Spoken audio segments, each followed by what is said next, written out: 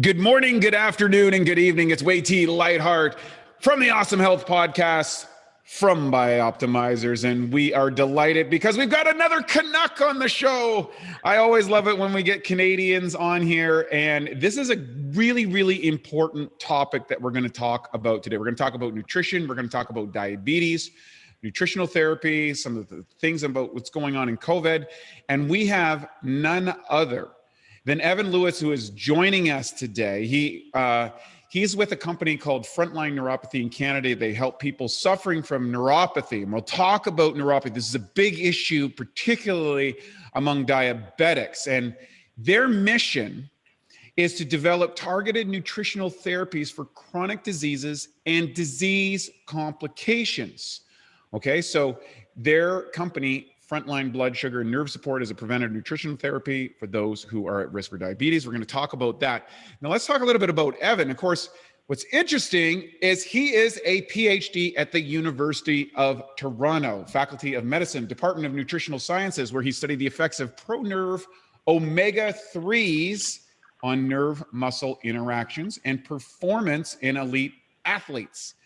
He happens to be an athlete himself, as he has competed on the Canadian sailing team, which is really cool. Now, what's interesting, he's done a bunch of clinical trials on omega-3 fatty acids, nutritional therapy, and as well as the nerve damage that can come from diabetes. A lot of people don't realize, they think diabetes is just a blood sugar thing, but there's a lot more going on there. And we're going to talk about nerve regeneration for people with diabetes. We're also going to talk, by the way, just so you know, Evan has been funded awards from the Canadian Institute for Health Research, Banting and Best Diabetes. Of course, for those who don't know who those guys are, I learned about them a long time ago when I was reading a book it was about Bobby Clark, the famous Philadelphia Flyer hockey player who was able to successfully play in the NHL, and he referred to Banting and Best Discoveries, who developed insulin today, because diabetes before that was just a death sentence, basically.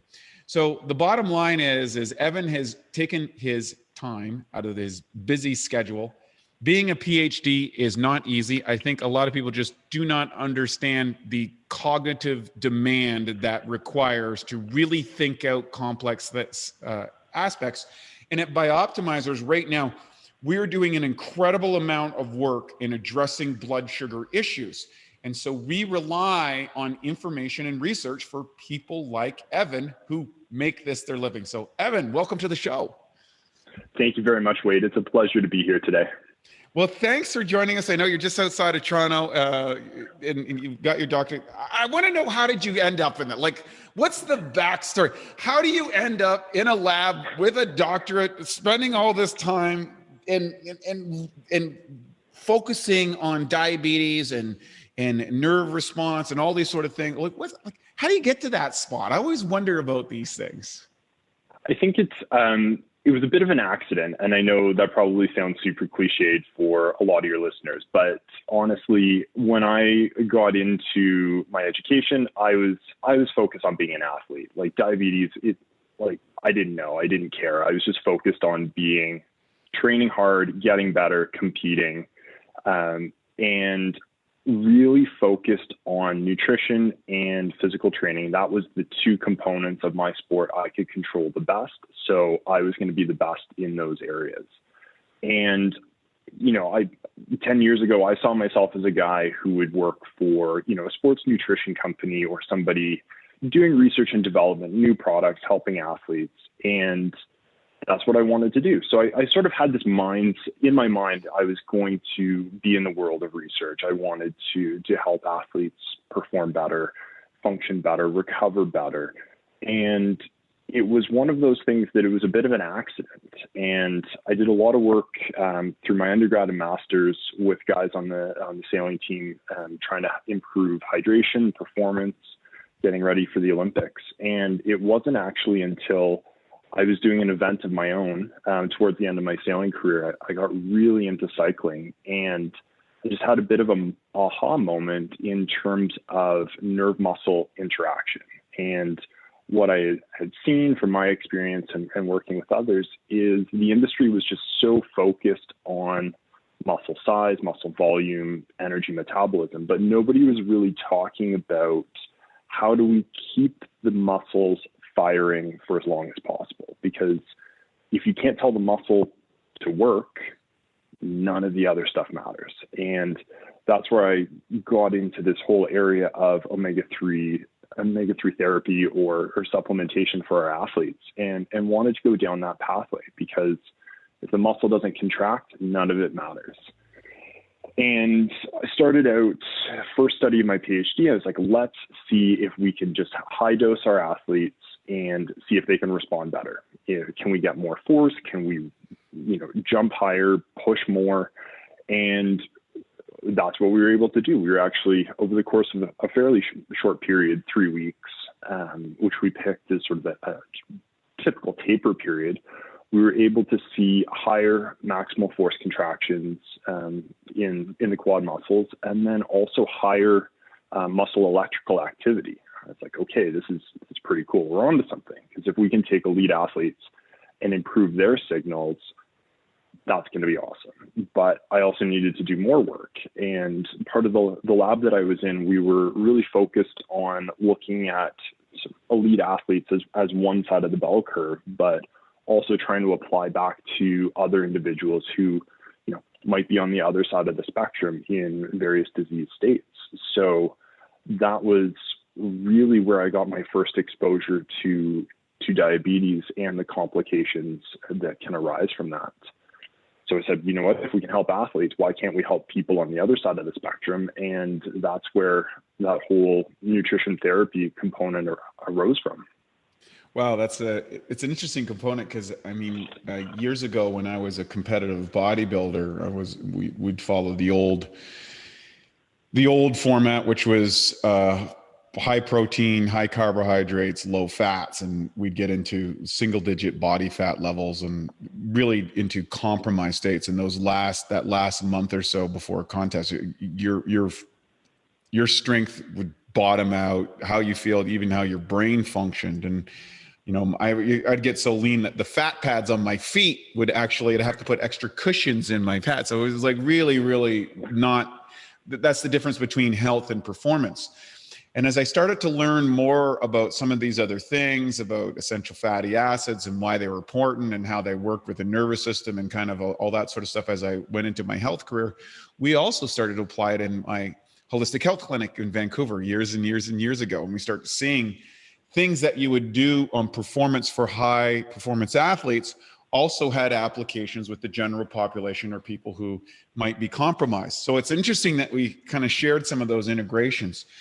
So tell me about, how does that work? Like, how does omega-3s work? Like, what's the mechanism that allows it to increase contractile force or, perform better? And then how does that extrapolate over to diabetes? I think that's the next jump. Yeah. So those two things, it's kind of like, whoa, yeah, I'm trying to jump higher. And oh, by the way, this helps diabetics. Like, whoa. Like, that's a big jump.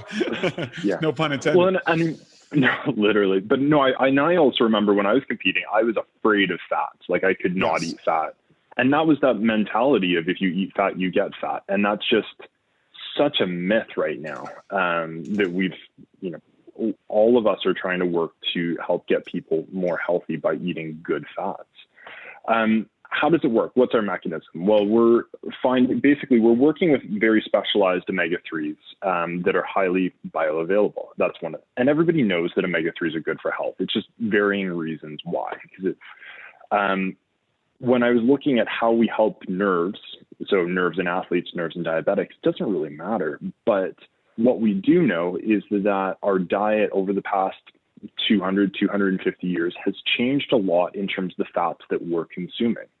And we can't say it because there's no dietary reference guidelines for it, but essentially our population is deficient in omega-3 fats. We're just not getting the same intake. And historically, you go back 250 years, we were getting a much more balanced intake of omega-3s to omega-6s.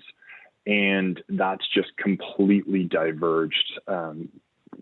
We can think about industrial agriculture. A lot of different things have caused that shift.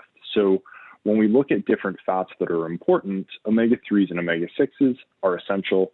Our body can't make them. We have to get them from food sources. But we're just not able to get those omega-3s in the quantity that we need. And that's where we have the athletes and the diabetics they diverge in terms of their health overall. And we can say deficient for two different reasons. Individuals on a high performance level, they're just burning so many calories. Their body's adapting, remodeling so much that they need a higher dose than the average individual. Now, going over to the side of individuals with diabetes, because of the disease state that they're in, they're not able to metabolize fats as well. And what we know is they have lower amounts of omega-3s in their blood relative to the general population.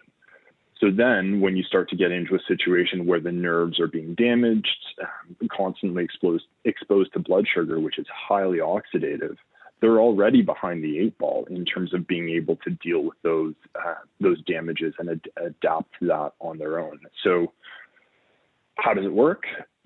We're able to provide either group with a very absorbable form of omega-3s. We start to take it in under the tongue, and after that, absorb preferentially through the digestive tract. And we're able to provide all of the pro-nerve omega-3s in a very available format. But also the key thing is that the omega-3 to 6 ratio in the omega-3s we've developed, it's 10 to 1. We're about 10 times higher in the omega-3s than we are in 6s. So it's a truly high dose form of omega-3s. So let's back the truck up a little bit so that people can, that might not have a complete understanding of the differences between 3s and 6s and then what the optimal ratio might be. So can you explain to people where we would traditionally get omega-3s or omega-6s, and then maybe kind of break down what is the ratio, and does that differ with people who may be diabetics or people that have a predisposition or a dietary lifestyle that's deficient in omega-3s? We went pretty deep pretty quickly, but that's we just jump right into the ocean and just start swimming for the bottom right away. Yeah. So I guess omega-3s, most common forms, marine sources, leafy greens, nuts, seeds. Those are our best forms. Omega-6s, we're really seeing those from cereal grains, various oils, different processed oils. And if we think about how our diet has shifted, we're eating on average a lot of grainy based products, a lot of oily, grainy products in our diet. And that's really resulting in a high amount of omega-6s in the body. And we can see anything on a ratio basis, 10 to 1, 6 to 3, even higher, 20 to 1. And if we generalize how those fats work in our body, 6s are generally pro-inflammatory. And that's a good thing, because if you twist your ankle, you want an inflammatory response. So the body, says, hey, don't walk on that foot, give it a break. Right. But you need the 3s to say, okay, yeah, we're going to take the day off. We're going to come in, resolve everything, and make the situation better. But if you think about that, if your balance is totally out of whack, then any little injury in the body is going to cause an inflammatory response. And then you just get into the situation with prolonged subacute inflammation that can lead into various disease, increases your risk for various chronic diseases. Well, an inflammation actually throughout the body is kind of quote unquote the silent killer. It's happening not just in our muscle tissues or an inflammatory response from, say, an injury, but it's happening on a day-to-day basis, which is attacking our organs. And unlike an owie with our foot or hand or something like that, this is going on. It's a silent killer inside of us that's chipping away at virtually every aspect of ourselves. And then all of a sudden, 10, 20, 30 years down the road, we end up with these degenerative conditions. And we don't know how we got them. And you're saying, if I heard you correctly, a lot of it is related to the challenges of the modern diet. Yeah, absolutely. And that's why people can see such success by adding, whether it's greens or just getting more natural food into the body, getting more plant-based, fruit-based products in. And that's one of the challenges, even like with fruit and diabetes. Is fruit sugar bad for me? Is it going to kill me? And it's, well, you can't get the same calories by eating oranges than going to a processed food of the same type. So, if we try and naturalize the diet more, that will really help the balance. And, if people could eat more vegetables or even leafy greens, which are very, very alkalizing, then that's one thing that you can do tomorrow or even today to help yourself out for sure. Well, here's a question that I have, and this is something that I'd like to dive into. Maybe you know about it, maybe you don't, but there's so much chemicalization that's happening in our food supply now. They're adding, herbicides and pesticides and fungicides, and they all rhyme with homicide and suicide. And sometimes you'll go out to your store and you're buying this and it's been washed in chlorinated water, fluorinated water, and then it might have been sprayed with a bunch of chemicals and stuff. Is there a problem with, say, conventionally grown foods, or is there any research that deals with the chemicalization of our food? Like, does that impact the nutritional quality or our ability to absorb some of these maybe healthy fats that might be present, quote unquote, with that, that green salad, but there's all these other chemicals which are, maybe creating a problem. Have you got any research on that? Yes, and I think it's probably a fair time to acknowledge my bias. But my family moved out of Toronto about 6 years ago, and we now have a little hobby farm outside of the city. So we're pretty passionate about where our food comes and trying to either grow some stuff here or work with our local farmers to support them, but also get fresh access. But in terms of an empirical clinical research level, yes, there's actually been, off the top of my head, and we can share this in the show notes, but a meta-analysis that was published in the British Journal of Nutrition that compared the nutrient density or the nutrient quality of various foods, organic versus not organic. And the nutrient density in organic food was higher. And there can be a lot of different aspects to that: soil quality, tender loving care of the farmer. There's a lot of different things that go into it. But I think maybe not everybody has access to that level of food, or depending on where you live or where you're at, that might not be possible. But making the best decisions for your situation will result in the best health outcomes. As long as you're making those decisions consciously. And I think, if we're talking about greens, is organic better? Yes, but greens versus no greens, greens is the way to go. Well, there's an interesting trend that I'm starting to see happening in cities, and I noticed this first in Asia a little while ago, but I'm seeing it happen here out in California and other places, and that is people who can't get outside of the city, although there is all of a sudden, if you look at the real estate boom since COVID, there's a massive real estate boom in rural communities where people have a yard and a garden and all that. Like, people are getting more into that kind of concept and away from the big cities. But there's an interesting trend that's happening in cities, and that's city gardens. And then also vertical gardens. I don't know if you've seen the tech now that you can grow an incredible amount of food at a very low cost in a very confined space with these vertical gardens.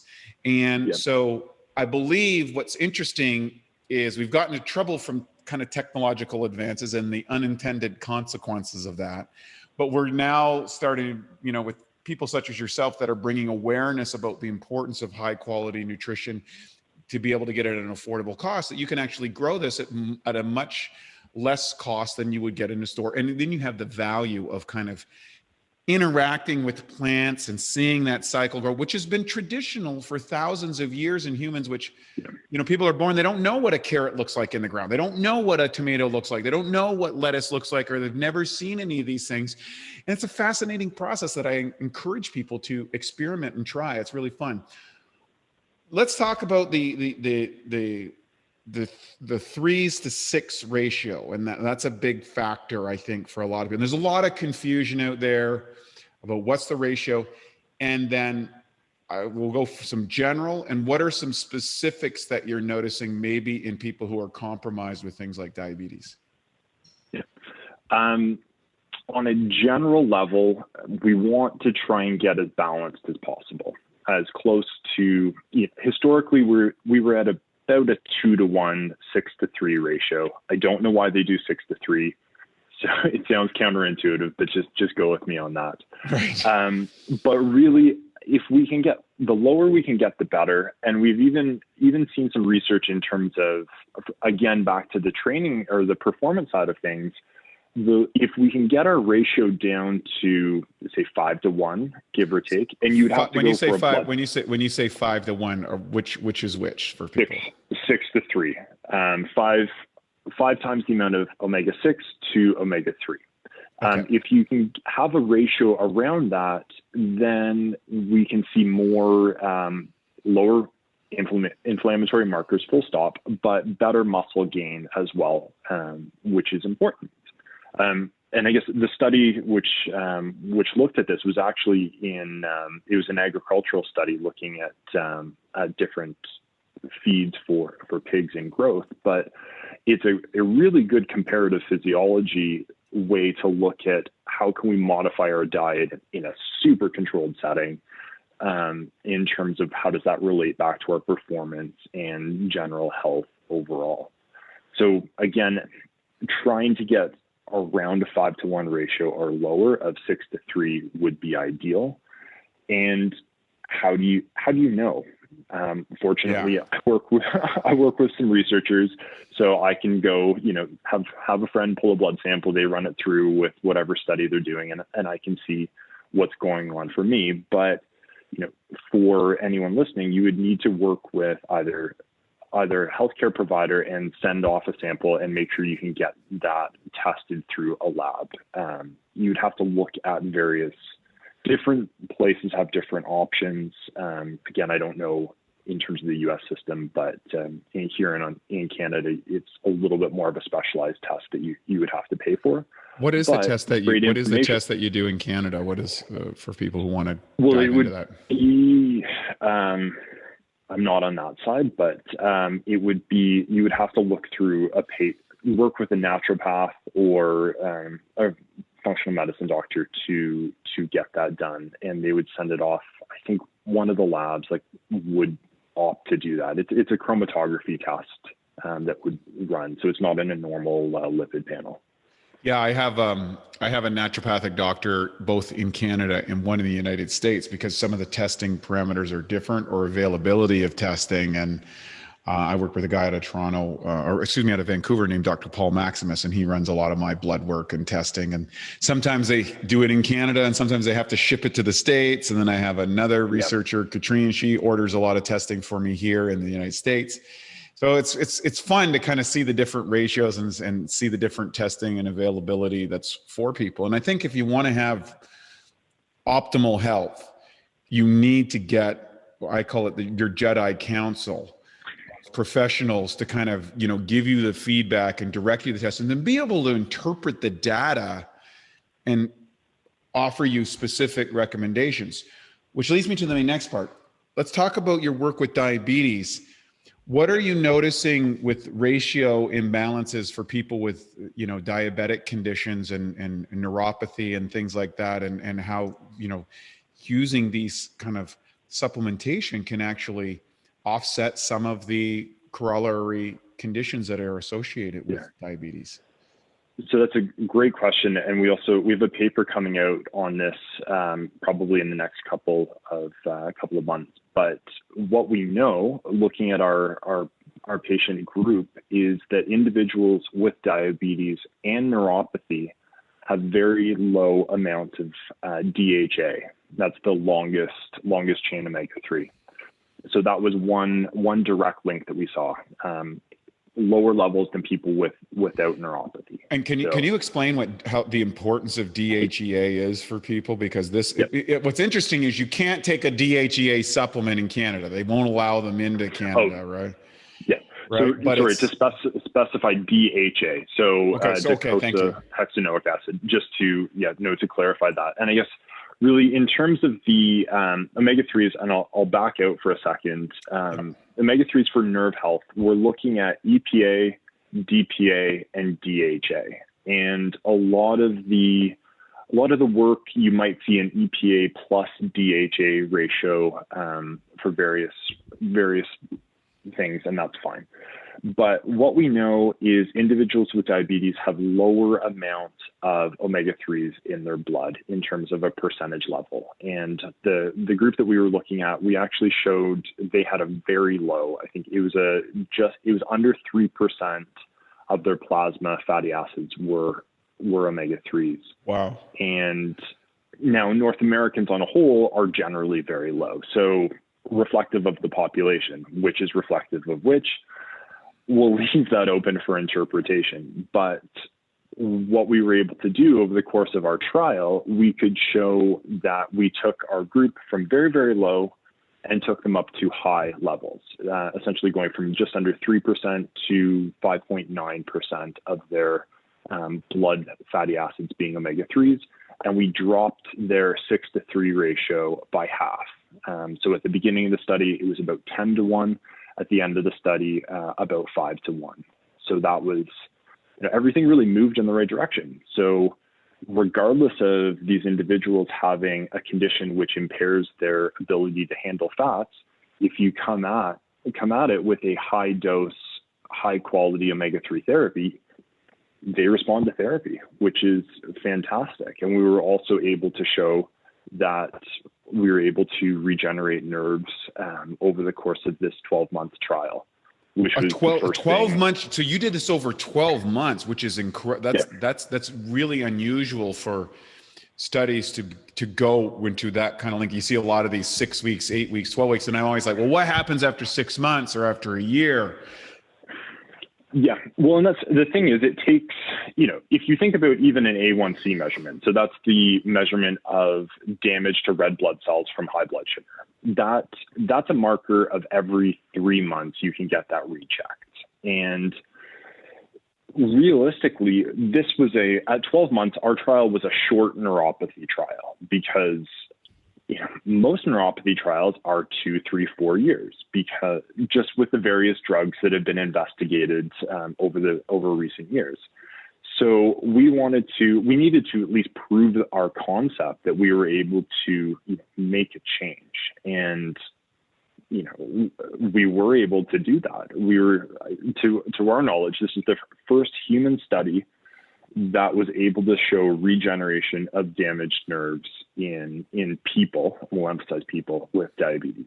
So I think we're able to, it's the first step of a longer sort of discovery period, but we've been able to help people naturally deal with a complication from diabetes that's traditionally only been able to be treated by pain management. Wow. So really you're activating what the father of modern medicine said so many thousands of years ago. Hippocrates said, let food be thy medicine and medicine be the food. You're actually created and developed and proven that over a 12-week period or 12-month period, 12-month period, by essentially doubling the levels of omega-3s into your blood, and bringing the ratio of 3 to 6 from 10-to-1 to 5-to-1, you were able to have regeneration of nerves. Is that right? We'll say growth, because we didn't see them lose. Yeah, but they grew, and we took some images. We did this through some non-invasive imaging, so we could actually see that happening, which is super cool. This is remarkable. Like, this is really remarkable in what its impact can be when this paper is published, because there's so many people, I think, in the medical industry that kind of poo-poo the use of supplementation or the use of these things in regards to serious medical conditions, which are almost always treated with drugs. And what you're saying here is that you've actually got some definitive proof that's going to, you know, as they say, cut the mustard amongst the skeptical medical community, that you're able to produce a positive result here. So, and again, we are going to do more research because that's very important in terms of changing clinical practice. But you know what? A very positive first step, and that gives us a lot of motivation to keep going. And especially, it was very fun to see the looks of our the various MDs on our research team when we looked at the results, because they were skeptical going into this. Who's this kid? Who's this kid with a PhD coming at us with this idea that we can use nutrition? And I'm so thankful that we have a great team behind us, and we've been able to help people, and we're pushing forward. And ultimately, our patients want natural options. You know, the biggest thing when we do focus groups at the hospital or whatever, they're like, you know, we want natural options before drugs. And I'm not anti-drug by any stretch of the imagination, but exactly. You know, if we can do it naturally or do it with food, or, you know, which is where we've come to the term targeted nutrition therapy. We're using these omega-3s in a very targeted way to help people's nerves. And do they do a lot of other things in the body? Absolutely. But our focus and our target is nutrition for different health conditions. And now for a Bioptimizers fixed digestion tip, rapid cheat meal relief. Research shows that cheat meals can actually be an effective way to boost your metabolism.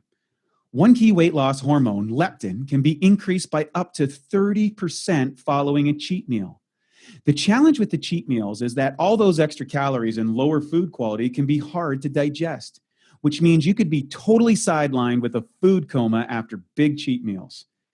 The solution is to take strong digestive enzymes like masszymes, which will help rapidly digest and break down the extra food. 3 to 5 capsules before or right after your cheat meal can make a huge difference in how you feel following the cheat meal. If it's a cheat day with multiple large meals, you might want to go up to 10 capsules or higher to help you power through all that food. To save 10% on masszymes, go to masszymes.com. That's MASSZYMES.com and enter the code CHEAT10 at checkout. Well, I got a couple quick questions, because what is the quote unquote, so now we've got that we're talking all, as I call, clinical PhD speak, which is really exciting and cool for me. But for our listeners and for people who are tuning into this, what are some of what they would say is the anecdotal benefits, the benefits that those individuals would be experiencing or feeling related to maybe symptoms they have, or what does this mean for them from a long-term health basis or anything? Or is there anything that you can extrapolate without violating any code of ethics and all that sort of stuff?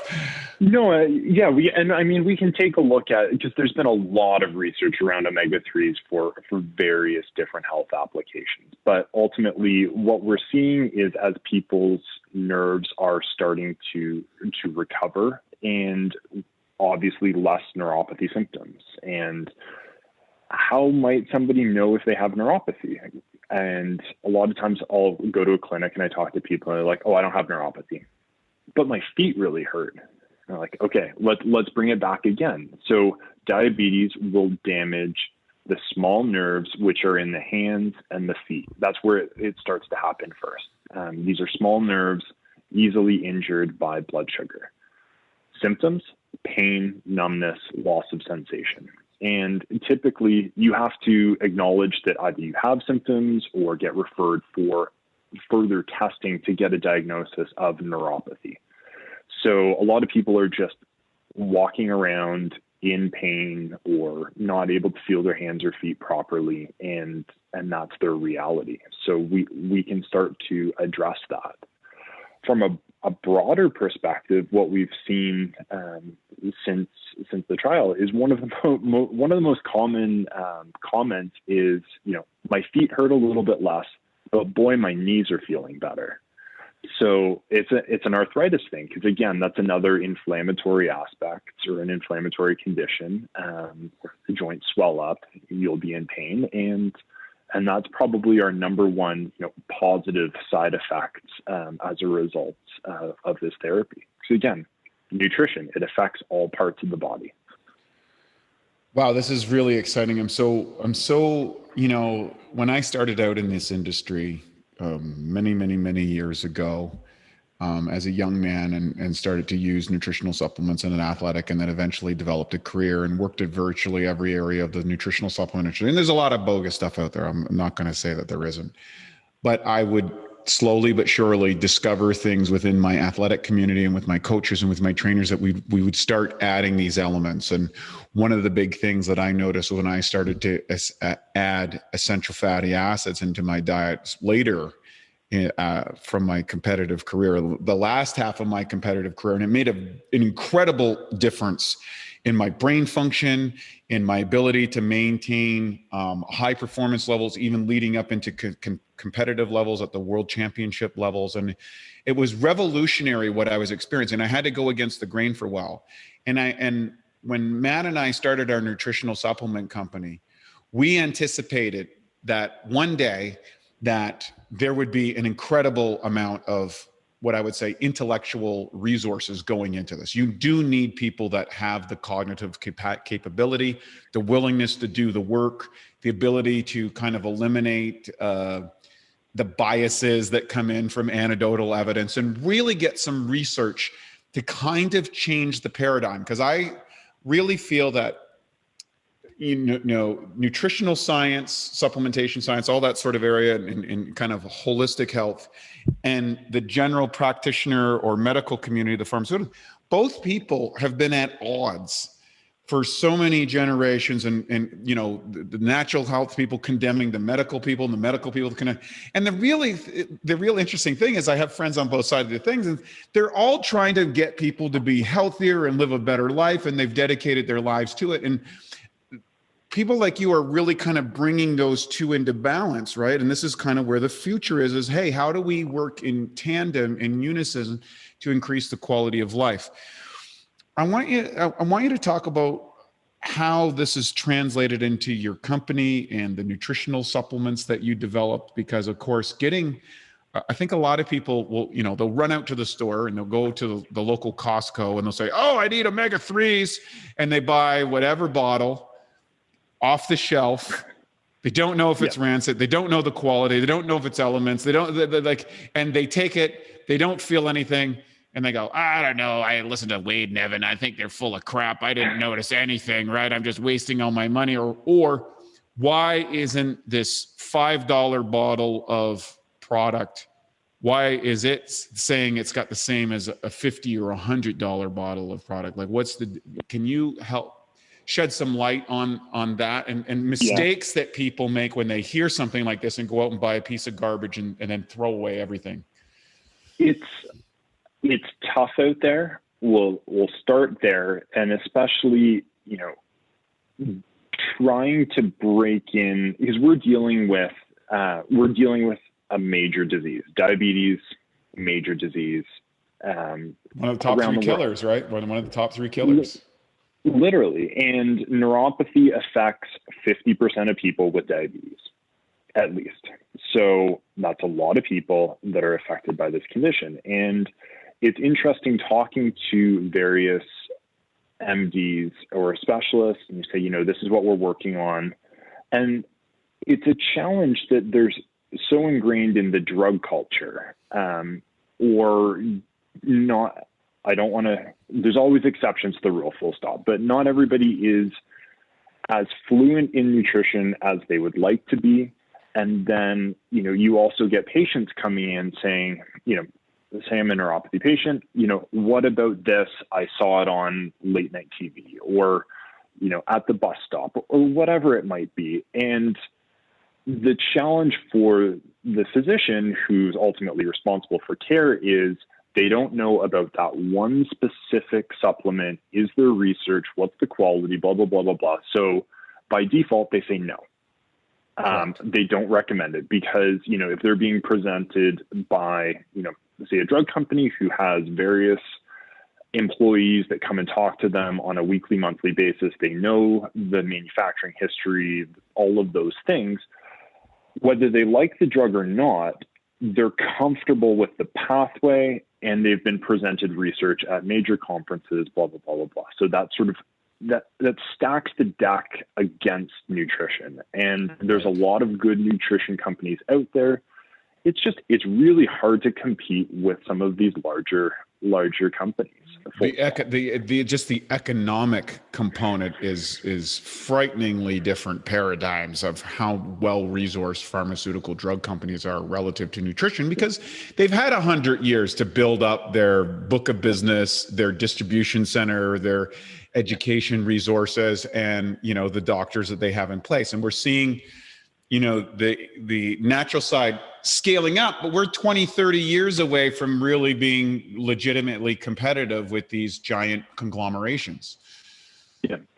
So then it comes back to, how are we differentiating the $5 versus the $30 and, setting expectations. And I'll always remember, so we came through our trial and I was like, we have to commercialize. This is the only way forward for a number of reasons. In Canada, and I guess a fair point, we can't ship our product to the US or the EU. So I apologize. There's going to be a lot of angry people, but we have a solution we'll talk about after. Health Canada let us come to market and call it a neuropathy supplement. We have 0 label claims, but because it's an omega-3 safe product, we can come to market, which was awesome. And we started doing our market research, and you can buy literally a bottle of omega-3s for $9.99 or like $108, lasting about a month's supply. Why wouldn't you buy the $9.99 as opposed to the $100? Like, how does the average consumer know what the difference is? And it's very difficult when you're in a shelf space battle or you're looking at, fancy labels. So it's difficult to capture attention, but we're focusing specifically on the health market. We're not trying to be, we're focusing specifically on the diabetes or neuropathy market. We're not trying to be the be all and end all of general health omega-3s, and focusing on trying to educate people that there is a natural solution for their condition that is backed by clinical research. And that's the most important. So if you're looking for, if you're a listener looking for a supplement for a specific reason, do a little bit of research. Who is doing research on your performance condition, your health condition? Are there supplements aligned with that? And which supplements were used in research? Or if you're looking for something for more general health, are you in, what are the certifications? Here in Canada, we have an NPN system. We use GMP manufacturing. There's different things. So look at some of those. Just for people listening, Canada is the most difficult market in the world that I'm aware of to actually bring products to market with Health Canada regulations. We manufacture and ship products all over the world. And the Canadian requirements are far in excess of anybody else that I've dealt with. So, and NPN stands for a natural product number, which is the equivalent of a drug identification number in Canada. So it's kind of like the same thing. If you want to sell a product in Canada, you got to have it. Yeah. It's a softer version. And I mean, I did all of our regulatory when we first started, and it's an accessible system. They just want they want your testing to match up with what you say isn't on the label, essentially. So I think it's a good practice.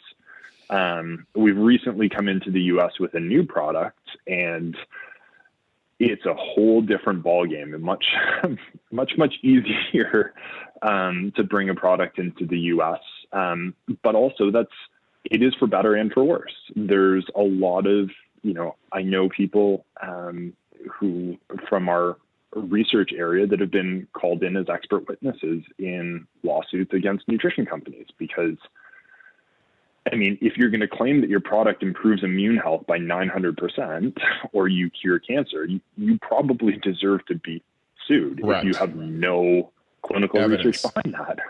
So, yeah, I think it all comes down to making an informed decision on what you're buying and trying to support, companies which are niching into a specific area, especially if that aligns with the health conditions that you're working to improve on a natural level. It's very interesting just between the two, just to comment about that. For America's basically a free-for-all, which is far more litigious than the Canadian market. And the Canadian is much more regulated and slower to bring the product to market and much more oriented on the product safety and quality of that product inside of that. So it's very interesting that the two different philosophies, and of course your accessibility of nutritional supplements is far greater in the United States than it is in Canada.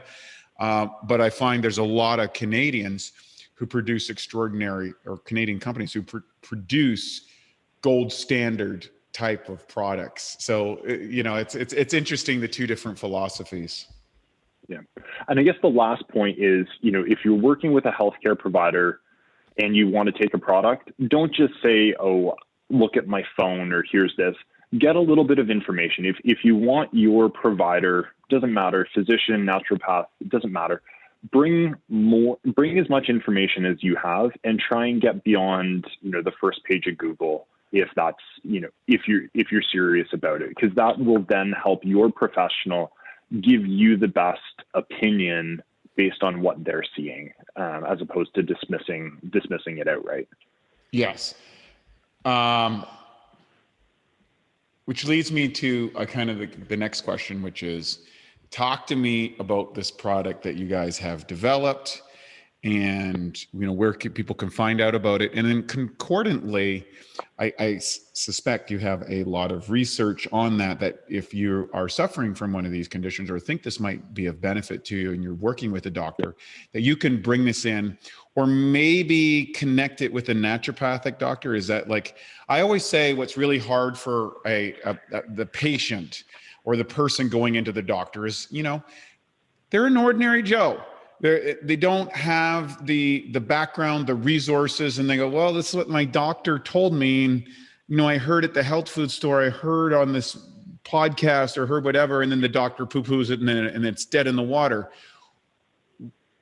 Talk about your product, but talk about also, how do you communicate this to your medical doctor? What do you need? What is the successful pathway to kind of, having yourself the confident that something like this would be beneficial to you? I think the biggest thing is go prepared. Right. Come with if you get into a situation where you have an idea and somebody starts asking you questions and you're sort of, maybe you're a little, it's not your area of expertise. You forget a couple of the things that you thought you knew or you wanted to ask. Make a list of questions. I do it for meetings. I have a list of questions in my notes on my phone.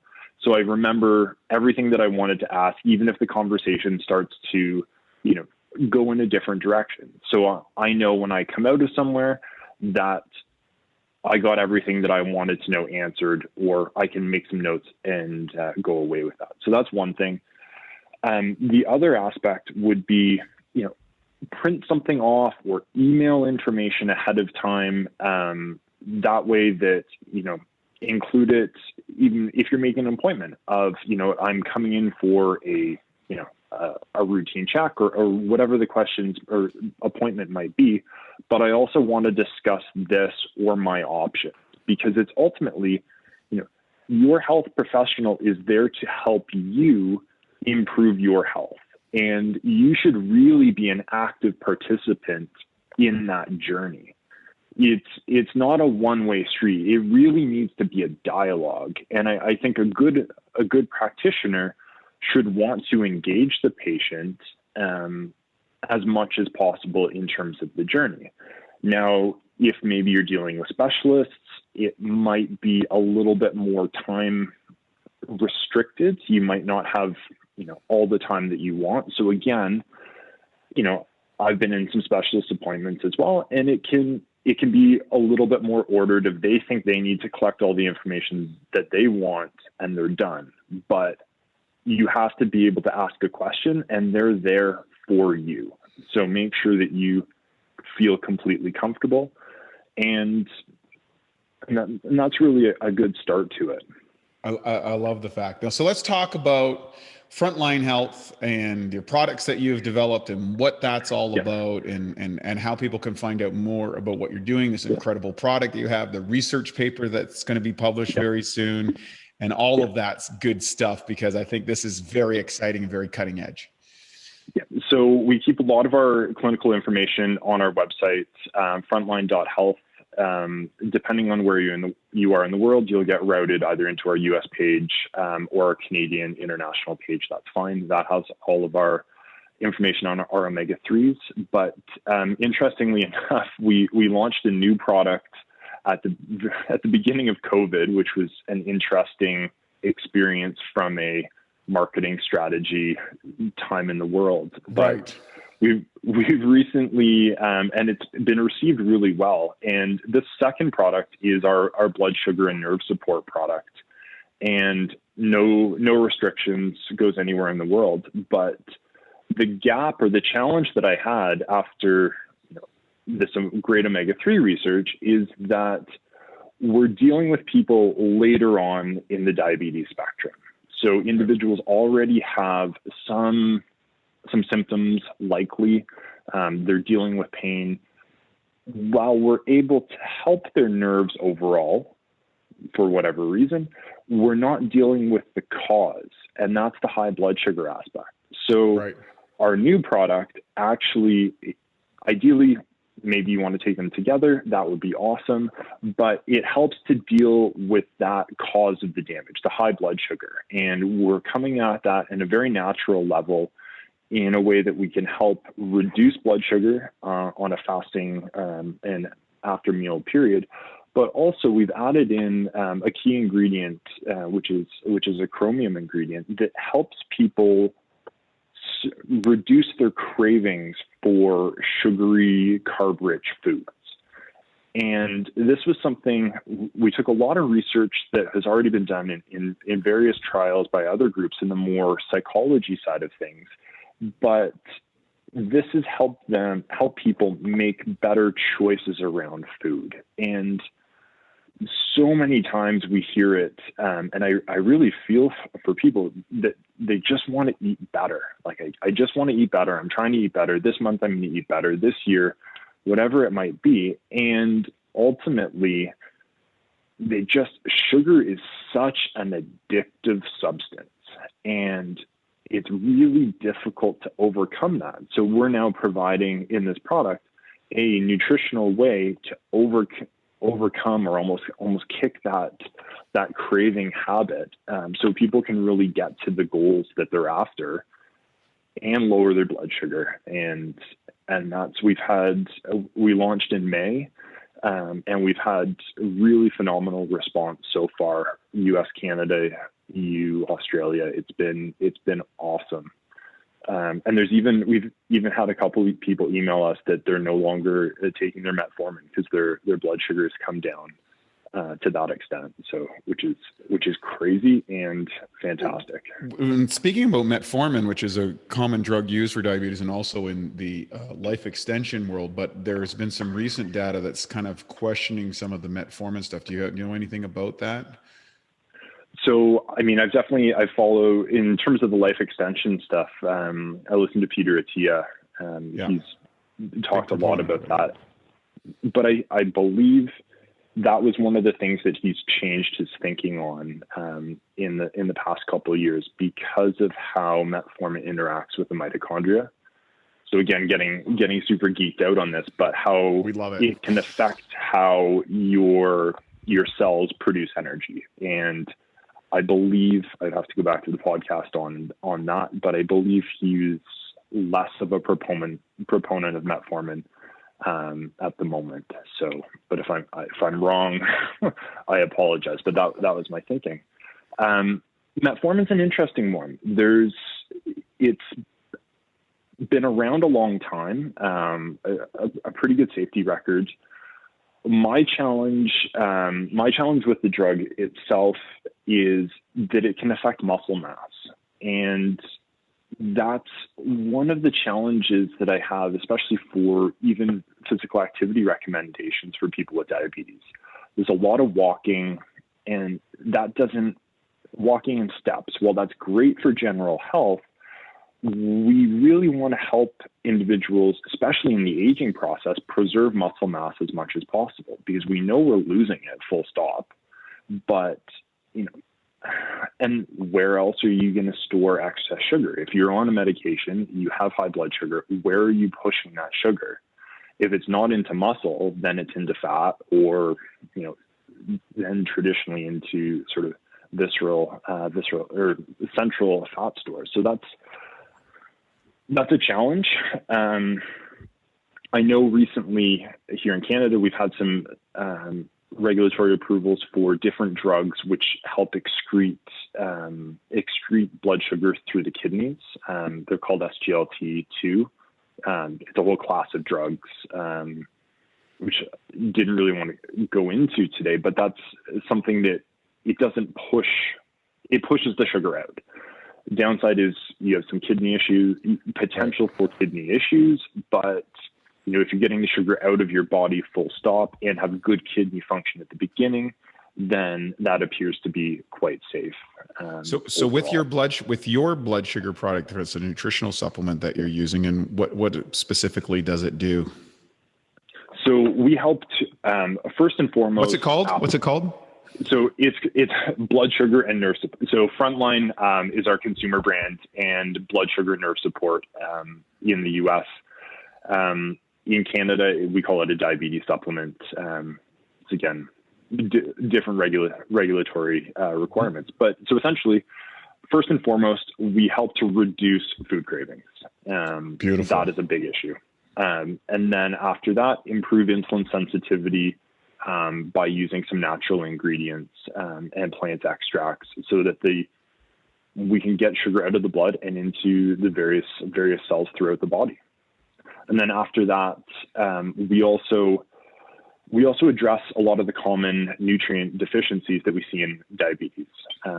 Vitamin D3, which D3 is involved in so many different things, but also B12, which is metformin, on average, will lower your B12. That can then go on to cause some neuropathy symptoms just because of the deficiency in that ingredient.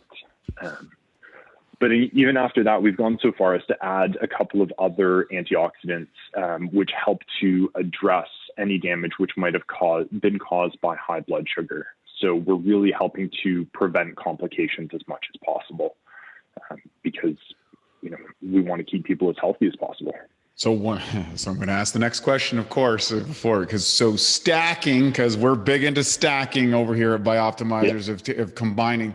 How would the two products maybe work together? The blood sugar one that you just described, as well as the EFA one. Like, can you kind of talk about what you've been able to know? So you might not be able to publish all that yet, or if you have, you can refer us to it. Right. We have it. No, we don't have any publications on co-administration, but I mean, ultimately, again, with either product, no known drug interactions, which is always the first part for safety. And ideally, they work ideally together. And omega-3s, again, not just for nerve health, but so many nerve health peripherally, brain health, general health overall. I think that they would work very well together for individuals that way. How would someone use those on a day-to-day basis? Just a general, of course, it's going to vary individual to individual a little bit, but there must be some general applications. Yeah, I think even the challenge, coming back to our blood sugar product, is about 30% of the population is either at risk of metabolic disease, prediabetes. It's a big area, but even from the longevity standpoint, trying to keep people's blood sugar stabilized and making better food choices is a big concern all around. So that's, in terms of dosing, there wouldn't really be a difference. we see a consistent effect throughout. In terms of the omega-3s, people with neuropathy, we recommend a higher dose, but it's all on the label. Okay. So it's quite straightforward in that regards. Super great. So can you tell our listeners of where they can find your website, where they can hear more about it and find out and follow maybe what you're doing as far as a research standpoint, so they can learn and take this information, and when you're going in to see your GP or you're going to talk to your naturopath, like you said, take your health in your own hand, get this research, present them something to say, hey, I'd like to try this. Do you think it would be a benefit? So that your doctor is not walking into this blind and just going to say no, because they just don't know what's happening. So the best place to find us, frontline.health. You can just type it in, search us that way. We'll also have links in the show notes as well. I'm not the most social media savvy guy, I'll admit that, but LinkedIn or the website is a great way to get in touch. We also have a great customer support team, so any questions or stuff like that, anything medical typically passes by me. We don't offer medical advice, but we're here to provide the best information on a research level so that you make decisions or share that with any healthcare providers that you're working with.